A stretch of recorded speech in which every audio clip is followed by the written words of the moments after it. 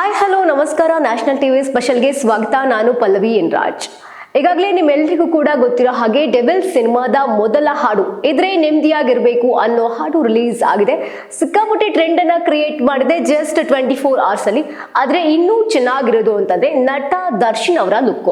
ನಮ್ಮೆಲ್ಲರಿಗೂ ಗೊತ್ತಿರೋ ಹಾಗೇನೆ ಜಾಮೀನು ರದ್ದಾಗಿದೆ ಅವ್ರದ್ದು. ಆಗಸ್ಟ್ 15ನೇ ತಾರೀಕೆ ಈ ಒಂದು ಹಾಡು ರಿಲೀಸ್ ಆಗ್ಬೇಕಿತ್ತು. ಕಾರಣಾಂತರಗಳಿಂದ ಅವರ ಸಾಕಷ್ಟು ಅಭಿಮಾನಿಗಳು ಕೂಡ ಕಾಯ್ತಾ ಇದ್ರು. ಬಟ್ ಕಾರಣಾಂತರಗಳಿಂದ ರಿಲೀಸ್ ಆಗ್ಲಿಲ್ಲ. ನಿನ್ನೆ ರಿಲೀಸ್ ಆಯ್ತು.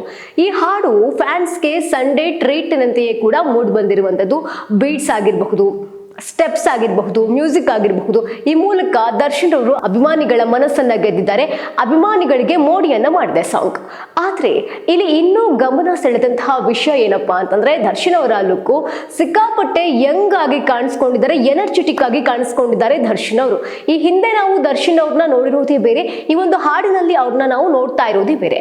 ಡೆವಿಲ್ ಮೂವಿಯಲ್ಲಿ ಮಸ್ತ್ ಆಗಿ ಡಿಫ್ರೆಂಟ್ ಆಗಿ ಕಾಣಿಸ್ಕೊಂಡಿದ್ದಾರೆ. ಅವರ ಸ್ಟೈಲ್ ಆಗಿರಬಹುದು, ಅವರ ಲುಕ್ ಪಕ್ಕಾ ಫ್ಯಾನ್ಸ್ಗಳ ಮನಸ್ಸನ್ನು ಕೂಡ ಗೆದ್ದಿರುತ್ತೆ. ಆ ಒಂದು ಬ್ಲ್ಯಾಕ್ ಟೀ ಶರ್ಟ್ ಹಾಕೊಂಡು ಅದರ ಮೇಲೆ ರೆಡ್ ಕಲರ್ ಜಾಕೆಟ್ ಅನ್ನ ಹಾಕೊಂಡಿದ್ರು. ಈ ಸಾಂಗ್ ನಲ್ಲಿ ನೀವು ಅಬ್ಸರ್ವ್ ಮಾಡಿರ್ತೀರಾ. ಅಷ್ಟೇ ಅಲ್ಲದೆ ಆಕರ್ಷಕವಾದಂತಹ ರೆಟ್ರೋ ಸ್ಟೈಲ್ ನಲ್ಲಿ ಗಾಗಲ್ಸ್ ಅನ್ನು ಕೂಡ ದರ್ಶನ್ ಅವರು ಈ ಸಾಂಗ್ ನಲ್ಲಿ ಧರಿಸ್ಕೊಂಡಿದ್ರು. ಇದರಲ್ಲಿ ದರ್ಶನ್ ಅವರ ಕದರ್ಗೆ ಅಭಿಮಾನಿಗಳು ಫಿದಾ ಆಗೋಗ್ಬಿಟ್ಟಿದ್ದಾರೆ. ಅವರ ಹೇರ್ ಸ್ಟೈಲು ಮೊದಲಿಗೆ ಎಲ್ಲರ ಗಮನವನ್ನ ಸೆಳೆದಿರುವಂತದ್ದು. ಒಂದಷ್ಟು ಕಮೆಂಟ್ಸ್ ಗಳನ್ನ ನೋಡ್ತೋದ್ರೆ ಕಂಪ್ಲೀಟ್ ಆಗಿ ಅವರ ಹೇರ್ ಸ್ಟೈಲ್ಗೆ ಅಭಿಮಾನಿಗಳು ಫಿದಾ ಆಗಿರೋದು ನಮ್ಗೆ ಕಾಣುತ್ತೆ. ಈ ಹಾಡಿನಲ್ಲಿ ಬರುವಂತಹ ಒಂದಷ್ಟು ಲಿರಿಕ್ಸ್ ಗಳು ಈಗ ಜನರ ಮನಸ್ಸನ್ನ ಕದ್ದಿದೆ. ಏನದು ಲಿರಿಕ್ಸ್ ಅದನ್ನ ನೋಡ್ತಾ ಹೋದ್ರೆ ಮೊದಲಿಗೆ ಅಜನೀಶ್ ಲೋಕನಾಥ್ ಅವರು ಸಂಗೀತ ನಿರ್ದೇಶನವನ್ನ ಈ ಹಾಡಿನಲ್ಲಿ ಮಾಡಿರುವಂತದ್ದು. ಎಲ್ಲೋ ಒಂದ್ ಕಡೆ ಬ್ಯಾಕ್ ಗ್ರೌಂಡ್ ಸೌಂಡ್ ಹಾಗೇನೆ ಬ್ಯಾಕ್ ಗ್ರೌಂಡ್ ಸ್ಕೋರ್ ಮ್ಯೂಸಿಕ್ಗೆ ಅಷ್ಟೇನು ಗಮನ ಸೆಳೆದಿಲ್ಲ ಜನರಿಗೆ. ಬಟ್ ಲಿರಿಕ್ಸ್ ಮಾತ್ರ ಎಲ್ಲರಿಗೂ ಕೂಡ ಬಹಳ ಇಷ್ಟವಾಗಿದೆ. ಬಿಜಿಯಿಂದ ಎಲ್ಲೋ ಒಂದ್ ಕಡೆ ಲಿರಿಕ್ಸ್ ಕೇಳಿಸ್ತಿಲ್ವೇನೋ ಅನ್ನೋ ಫೀಲ್ ಕೂಡ ಕೆಲವೊಂದು ಕಡೆಗಳಲ್ಲಿ ಆಗಿದೆ. ಬಿಜಿ ಬೀಟ್ಸ್ ಲಿರಿಕ್ಸ್ ನ ಕಡಿಮೆ ಮಾಡ್ತಾ ಇದೆ ಅನ್ನೋ ರೀತಿ ಕೂಡ ಕಾಣ್ತಾ ಇತ್ತು. ಕೆಲವು ಲೈನ್ಸ್ ದರ್ಶನ್ ಅವರಿಗೆ ಹೇಳ್ ಮಾಡಿಸಿದ ರೀತಿ ಇದೆ. ಇನ್ ಕೆಲವು ಲೈನ್ಸ್ ಅವರೇ ಯಾರಿಗೂ ಟಾಂಗ್ ಕೊಟ್ಟಿದ್ದಾರೇನೋ ಅನ್ನೋ ರೀತಿ ಕೂಡ ಇದೆ. ಹಸಿವಿದ್ರೆ ಸಾಧನೆ ಮಾಡೋಣ, ಕಷ್ಟಪಡೋರಿಗೆ ಕೀರ್ತಿ ನಿಧಾನ, ನಮ್ಮ ಭಾಷೆನೇ ನಮ್ಗೆ ಪ್ರಧಾನ, ನೇರ ನುಡಿ ಹೇಳ್ತೀನಿ ಕಣ್ಣಣ್ಣ. ಅವರ ಫ್ಯಾನ್ಸ್ಗೆ ಇದು ಅರ್ಥ ಆಗಿರುತ್ತೆ. ಸ್ಟ್ರೈಟ್ ಫಾರ್ವರ್ಡ್ ಆಗಿ ಇಲ್ಲಿ ಅವರು ಮಾತಾಡಿದ್ದಾರೆ. ಅಂದ್ರೆ ಅವರ ವಿರೋಧಿಗಳಿಗೆ ಟಾಂಗ್ ಅನ್ನ ಕೊಟ್ಟಿರೋ ರೀತಿ ಅವರು ಹೇಳಿದ್ದಾರೆ.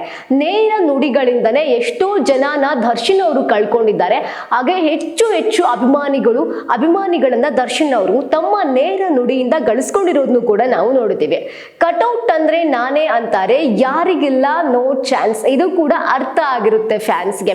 ಇಲ್ಲೇ ಹುಟ್ಟಿ ಇಲ್ಲೇ ಬೆಳೆದು ಊರುದ್ಧಾರ ಮಾಡೋರು ನಾವು ಪಕ್ಕಾ ಲೋಕಲ್ಸ್ ಅಂತ. ಇದು ಕೂಡ ಒಂದಷ್ಟು ಜನರಿಗೆ ಅರ್ಥವಾಗಿರುತ್ತೆ ಇದು ಯಾರಿಗೆ ಹೇಳಿರ್ತಾರೆ ಅಂತ.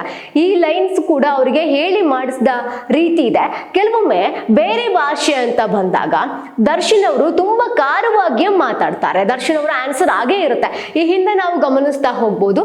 ರಾಜಮೌಳಿ ಅವರಿಗೂ ಕೂಡ 2 ಕೊಂಬೈತ ರಾಜಮೌಳಿ ಅವರಿಗೆ ಅಂತ ಕೂಡ ದರ್ಶನ್ ಅವರು ಹೇಳಿದ್ರು. ಸೊ ಇದನ್ನೆಲ್ಲ ನೋಡ್ತಾ ಇದ್ರೆ ಹಾಗೆ ಒಂದು ಟಕ್ಕರ್ ಏನಾದ್ರು ಕೊಟ್ಟಿದ್ದಾರಾ ಅನ್ನೋ ರೀತಿಯಲ್ಲೇ ಇದೆ. 2 ಕೊಂಬೈತ ಅಂತ ಕೂಡ ಹೇಳಿದ್ರು. ಎಷ್ಟೇ ಸೌಕಾರ ಇದ್ರು ಊರಿಗೂರೇ ಕೊಂಡಾಡ್ತಿರೋದು ನನ್ನ ಪ್ರೀತಿಸೋರೆ ನನಗೆ ಸೆಲೆಬ್ರಿಟೀಸ್. ಅಂದ್ರೆ ದರ್ಶನ್ ಅವರನ್ನ ಯಾರು ಇಷ್ಟಪಡ್ತಾರೆ, ಅವರನ್ನ ಯಾರು ಪ್ರೀತಿಸ್ತಾರೆ, ಹೆದೆ ಮೇಲೆ ಹಚ್ಚ ಹಾಕ್ಸ್ಕೊಂಡಿರೋದು ಇದೆಲ್ಲ ನೋಡ್ತಾ ಇದ್ರೆ ಅಭಿಮಾನಿಗಳಿಗೂ ಕೂಡ ಇಲ್ಲಿ ಹೇಳಿರೋ ರೀತಿ ಕೂಡ ಕಾಣುತ್ತೆ. ನಮಗ್ ಬೇರೆಯವರ ಕತೆ ಪುರಾಣ ಕತೆ ಎಲ್ಲ ಬೇಡ, ನಂದೇ ಕತೆ ಹೇಳ್ತೀನಿ ಕಣಣ್ಣ ಕೇಳಣ್ಣ. ಈ ರೀತಿ ಲೈನ್ಸ್ ಗಳೆಲ್ಲ ಫ್ಯಾನ್ಸ್ಗೆ ಒಂದಷ್ಟು ಹುಚ್ಚನ ಕ್ರೇಜ್ ಅನ್ನ ಕ್ರಿಯೇಟ್ ಮಾಡ್ತಾ ಇದೆ. ಈ ಲೈನ್ ಗಳೆಲ್ಲ ಕೇಳ್ತಾ ಹೋಗ್ತಾ ಇದ್ರೆ ಸಾಂಗ್ ನಲ್ಲಿರೋದು ಕಂಪ್ಲೀಟ್ ಆಗಿ ವಿರೋಧಿಗಳಿಗೆ ಹಾಡಿನ ಮೂಲಕ ಟಾಂಗ್ ಅನ್ನ ದರ್ಶನ್ ಅವರು ಕೊಟ್ರ. ಈ ಸಾಂಗ್ ಜಸ್ಟ್ 24 ಗಂಟೆಗೆ ಈ ಮಟ್ಟಕ್ಕೆ ಕ್ರೇಜ್ ನ ಕ್ರಿಯೇಟ್ ಮಾಡುತ್ತೆ. ಅಂದ್ರೆ ಈ ಕ್ಷಣದವರೆಗೂ ಕೂಡ ಈ ಮಟ್ಟಕ್ಕೆ ಕ್ರೇಜ್ ನ ಪಡ್ಕೊಳ್ತಾ ಇದೆ. ದರ್ಶನ್ ಅವರ ವೃತ್ತಿ ಜೀವನದಲ್ಲಿನೇ ಕಂಪ್ಲೀಟ್ ಆಗಿ ಈ ಸಾಂಗ್ಸ್ ಬೇರೆ ಒಂದು ತೂಕವನ್ನ ಕೊಡ್ತಾ ಇದೆ ಅವರಿಗೆ. ಬೇರೆ ಸಿನಿಮಾದ ಹಾಡುಗಳು ಕೂಡ ಹೀಗೆ ಹಿಟ್ ಆಗಿದೆ. ಆದ್ರೆ ಈ ಡೆವಿಲ್ ಸಿನಿಮಾದ ಹಾಡು ಜಸ್ಟ್ 24 ಗಂಟೆನಲ್ಲಿ 1 ಕೋಟಿಗಿಂತ ಹೆಚ್ಚು ವೀಕ್ಷಣೆಯನ್ನ ಪಡೆದುಕೊಂಡಿದೆ. 4.8 ಲಕ್ಷ ಲೈಕ್ಸ್ ಅನ್ನ ಗಳಿಸ್ಕೊಂಡಿದೆ. 49ರಿಂದ 50,000 ಕಮೆಂಟ್ಸ್ ಅನ್ನು ಕೂಡ ಪಡ್ಕೊಂಡಿರುವಂತದ್ದು. ಈ ಸಾಂಗ್ಗೆ ಒಂದೇ ಒಂದು ನೆಗೆಟಿವ್ ಕಮೆಂಟ್ಸ್ ಕೂಡ ಹುಡುಕಿದ್ರು ಕೂಡ ಸಿಗ್ತಾ ಇಲ್ಲ. ಅಂದ್ರೆ ಆ ಲೆವೆಲ್ಗೆ ಫ್ಯಾನ್ಸ್ ಕೊಂಡೊಯ್ತಾ ಇದ್ದಾರೆ ದರ್ಶನ್ ಅವ್ರನ್ನ. ಈ ಸಿನಿಮಾ ಸಿನಿಮಾ ನೆಕ್ಸ್ಟ್ ಅಪ್ಡೇಟ್ ಏನಿರುತ್ತಪ್ಪ ಅನ್ನೋ ಕುತೂಹಲ ಈ ಸಾಂಗ್ ಅನ್ನ ಕೇಳಿದ ಮೇಲೆ ಕ್ಷಣ ಕ್ಷಣಕ್ಕೂ ಕೂಡ ಜಾಸ್ತಿ ಆಗ್ತಾ ಇರುವಂತದ್ದು. ದರ್ಶನ್ ಅವರು ಜಸ್ಟ್ ಒಂದು ದಿನದಲ್ಲಿ ಇತಿಹಾಸವನ್ನ ಪುನಃ ಸೃಷ್ಟಿಯನ್ನು ಕೂಡ ಇಲ್ಲಿ ಮಾಡಿರೋದನ್ನ ನಾವು ನೋಡ್ಬೋದು. ಈ ದರ್ಶನ್ ಅವರು ಜೈಲಿನಲ್ಲಿ ಇದ್ದಾಗ ಈ ಹಾಡು ಬಿಡುಗಡೆ ಆಗಬೇಕಾದಂತಹ ಪರಿಸ್ಥಿತಿ ಬಂತು ಅಂತ ಅಭಿಮಾನಿಗಳು ಎಲ್ಲೋ ಒಂದು ಕಡೆ ಬೇಸರವನ್ನು ಕೂಡ ವ್ಯಕ್ತಪಡಿಸ್ತಾ ಇದ್ದಾರೆ. ನಮ್ಮ ಬಾಸ್ ಇರ್ಬೇಕಿತ್ತಪ್ಪ, ಅದು ಎಲ್ರಿಗೂ ಕೂಡ ಅನ್ಸುತ್ತೆ. ಈ ಸಿನಿಮಾಗೆ ಈಗಾಗಲೇ ಪ್ರಚಾರ ಕಾರ್ಯ ಕೂಡ ಆರಂಭ ಮಾಡಲಾಗಿದೆ. ಇದೇ ವರ್ಷ ಡಿಸೆಂಬರ್ 12ರಂದು ಸಿನಿಮಾ ಬಿಡುಗಡೆ ಕೂಡ ಆಗ್ತಾ ಇದೆ. ದರ್ಶನ್ ಅವರು ತಮ್ಮ ಅಧಿಕೃತ ಇನ್ಸ್ಟಾಗ್ರಾಮ್ ಪೇಜ್ ನಲ್ಲಿ ಕೂಡ ಇದನ್ನ ಹಾಕಿಕೊಂಡಿರುವಂತದ್ದು. ಇನ್ನು ಈ ಸಿನಿಮಾದ ನೆಕ್ಸ್ಟ್ ಅಪ್ಡೇಟ್ ಏನ್ ಸಿಗಬಹುದು ಅಂತ ಫ್ಯಾನ್ಸ್ ಕಾತುರದಿಂದ ಕಾಯ್ತಾ ಇದ್ದಾರೆ.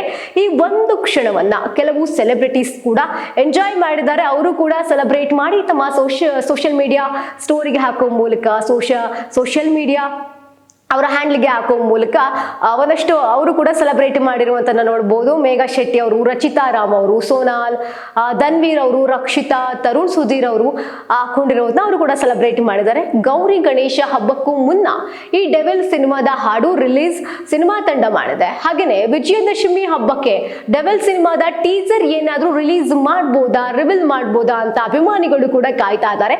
ಅಷ್ಟೇ ಅಲ್ಲದೆ ದೀಪಾವಳಿ ಹಬ್ಬಕ್ಕೆ ಟ್ರೈಲರ್ ರಿಲೀಸ್ ಮಾಡ್ತೀರಾ ನೀವು ಅಂತ ಕೂಡ ಪ್ರಶ್ನೆ ಮಾಡ್ತಾ ಇದ್ದಾರೆ. ಆಡಿಯೋ ಇವೆಂಟ್ ಕೂಡ ಇಟ್ಕೊಳ್ಳುವ ಆಲೋಚನೆ ಕೂಡ ಸಿನಿಮಾ ತಂಡ ಮಾಡಿದ್ಯಂತೆ. ಗೊತ್ತಿಲ್ಲ ಸಿನಿಮಾ ತಂಡದ ಆಲೋಚನೆ ಹೇಗಿದೆ ಅಂತ. ಸದ್ಯಕ್ಕೆ ಇದೊಂದಿಷ್ಟು ಸುದ್ದಿ ಗುಲ್ಲೆದ್ದಿರುವಂತದ್ದು. ಸದ್ಯ ದರ್ಶನ್ ಅವರ ಅಭಿಮಾನಿಗಳು ಮೊದಲ ಹಾಡಿನ ಗೊಂಗಿನಲ್ಲಿ ಸೆಲೆಬ್ರೇಟ್ ಮಾಡ್ತಾ ಇರುವಂತದ್ದನ್ನ ನಾವು ಗಮನಿಸ್ತಾ ಹೋಗ್ಬೋದು. ಇದಾಗಿತ್ತು ಹೊತ್ತಿನ ವಿಶೇಷ. ನೋಡ್ತಾ ಇರಿ ನ್ಯಾಷನಲ್ ಟಿವಿ.